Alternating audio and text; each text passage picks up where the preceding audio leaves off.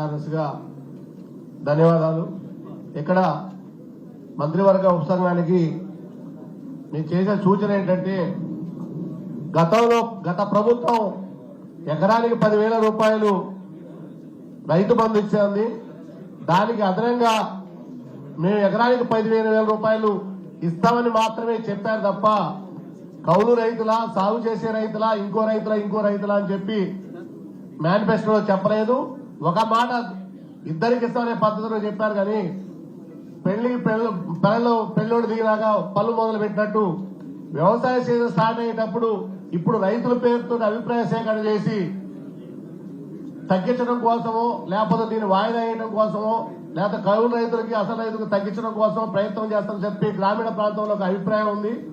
దయచేసి ప్రభుత్వానికి అది చెడ్డ పేరు వచ్చే అవకాశం ఉంది. కాబట్టి మీరేదైతే రైతు అనేవాడు సాగు చేస్తూ, సపోజ్ ఒక సన్నకారు రైతు అన్నారు, మీరు సాగు చేయనోడు బట్టి గారు సాగు చేయనోడు కూడా ఇవ్వమంటారు అంటారు. ఒక ఒంటరి మహిళ ఉంటుంది 5-10 ఎకరాలు, తన పిల్లగాళ్ళని చదివించుకోవడానికి కౌలుకి ఇచ్చుకొని చదివించుకుంటుంది. ఎకరానికి 10,000 కంటే ఎక్కువ తెలంగాణ ప్రాంతంలో కౌలు వచ్చే అవకాశం లేదు. గోవిందరావు చెప్పండి. నేను వాళ్ళకు కూడా ఇవ్వాలా, వీళ్ళకు కూడా ఇవ్వచ్చా నేను చెప్పలే. నీ సలహా అడిగాను నేను.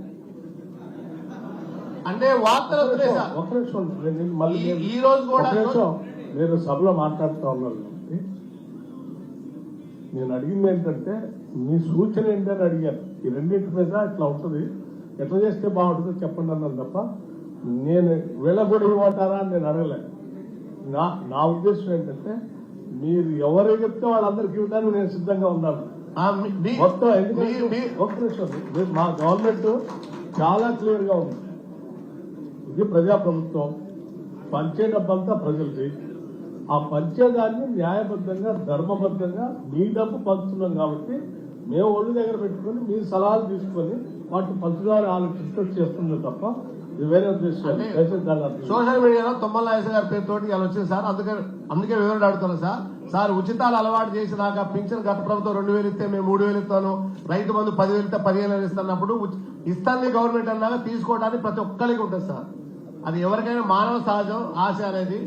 మీరు కౌలు రైతులకు ఏ పద్ధతులు ఉన్నాయంటే చాలా రైతు సోదరులు చెప్పారు. వాళ్ళకి గుర్తింపు కార్డులు ఇవ్వండి, వాళ్ళకి రాయితీల మీద విత్తనాలు ఇవ్వండి, వాళ్ళకి అదనంగా బోనస్ చెల్లించండి.